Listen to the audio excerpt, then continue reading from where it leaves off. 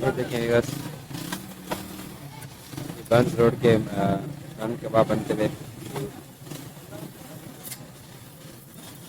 welcome नसीब burger के नाम से है ये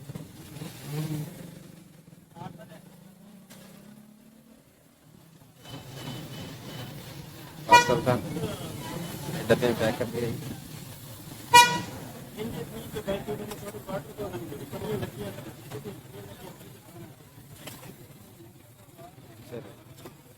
आपका बर्गर है 140